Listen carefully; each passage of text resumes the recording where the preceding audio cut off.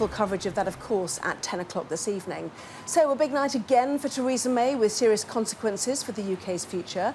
What can we expect next? We're joined now by Seema Malhotra, Labour MP and member of the Exiting the EU Committee, and Gillian Keegan, the Conservative MP for Chichester. Very good to have you both on. Seema, to you first of all, did Jeremy Corbyn not fancy being part of the Brexit discussions process, turning down instantly the invitation to individually meet the Prime Minister this evening? Well, Jeremy said for months now that the door is open if Theresa May wants to come. I think what's been clear, and it was clear in her response to my parliamentary question today, that she is not prepared to move away at the moment from any of her red lines, and there's a big question about how genuine this dialogue is going to be, or whether what she wants is to have, people, parliamentarians in the room to be told yet again that her deal is the best deal. I think there is a question about trust and about how genuine these discussions are, and also how much she's going to now be prepared to rule out no deal, which it isn't just the Labour Party that's calling for, it's other parties in Parliament and also many on Theresa May's own side. But you see how that looks to members of the public. There is Jeremy Corbyn, and you've just done it again, criticising Theresa May's red lines, and then he said his own red line about a meeting with her. Well, I do want Jeremy to have the discussions with the Prime Minister, but I do think we have to be clear that it's got to be a discussion that people believe is genuine. And I laid out my arguments in Parliament today. She didn't come back, if you listen to what she said, to say that anything will be different. And she's got to win the trust of Parliament as well. I do believe there will be discussions because we do need those cross-party discussions to happen, but they've got to be meaningful, they've got to be open, they've got to be genuine. And if that's the case, and if Parliament then expresses its view in some of the debates we have next week and suggests an alternative to Theresa May's red lines, she's got to be prepared to listen to that. Well, Gillian Keegan, many people have said the red lines is what's got us into this muddle right now. Is it time for Theresa May to junk some of hers? I think it's time to have the discussion and to be open to, moving them. Clearly, if everything stays the same, then we're not going to move on. But I think the thing that Parliament are completely missing is we're not actually just negotiating with ourselves. We're actually mostly negotiating with the European Union. And the reason no deal is there is as a negotiating lever, for sure, because that's about the one thing that the European Union would want to avoid. I disagree with that. Well, you made it, but you've probably got so little negotiating experience that you don't actually understand how to do it. Either. That isn't right, absolutely isn't right. This isn't a deal where you can go off and say, well, I'll have a deal with another company instead. I've worked in business and I know what deals are all about. But I do think that this is a far more important issue. I was at a discussion yesterday with economists and people in business who said, somebody who said, I voted, to not go into the common market many years ago, but they said, look, our supply chain is now so integrated with the European Union. We've got to be very careful how we move forward. They all said, sign this deal. It's very important. I have car manufacturers in my constituency. We've moved forward from I worked 8 years in car manufacturing at the beginning of supply chain just in time. I understand it backwards. That's why all of the car companies, all of the business associations backed Theresa May's deal. They were very disappointed in Parliament yesterday. They were very disappointed to see that Parliament could not understand that, yes, there's been a referendum, but this is a very good way forward. Now, it's clear that there isn't the maturity in Parliament, there isn't the will in Parliament. Jeremy Corbyn has set his 6 tests, one of which is completely unreasonable, test number 2, and now he's set another unreasonable test. He's absolutely giving the signal that he does not want this to be successful. And we know why, because he's a hard Brexiteer and his party are not. I think we have to look slightly differently at this, because I'm not here to play party politics. I'm really not. That's refreshing. I'm really not.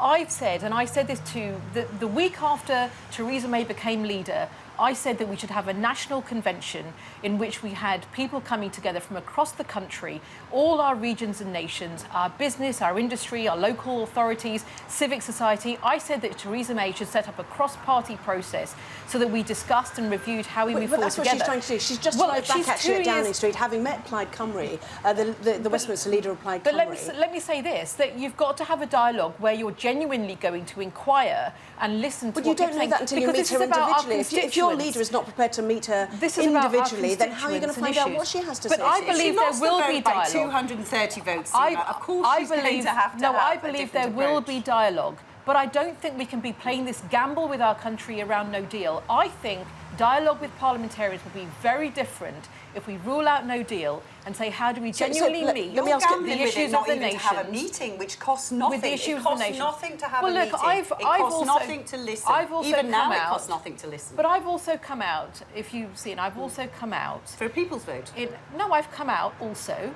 for us to have an EEA-based arrangement, and this is working also alongside colleagues from different parties.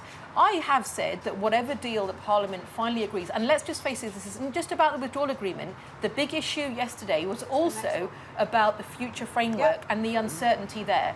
I would be prepared to say to the country, to my constituents, I would support a different deal which had a more secure framework for our future, less damaging to the economy. Which sounds great, but you won't even go to the meeting to start the Gillian, discussions. I need to ask And you put that about to the the let's just see those pictures, shall we, of Theresa May arriving back at Downing Street, obviously expecting to hear her speak at a podium outside at 10 o'clock this evening, so in 20 minutes' time or so.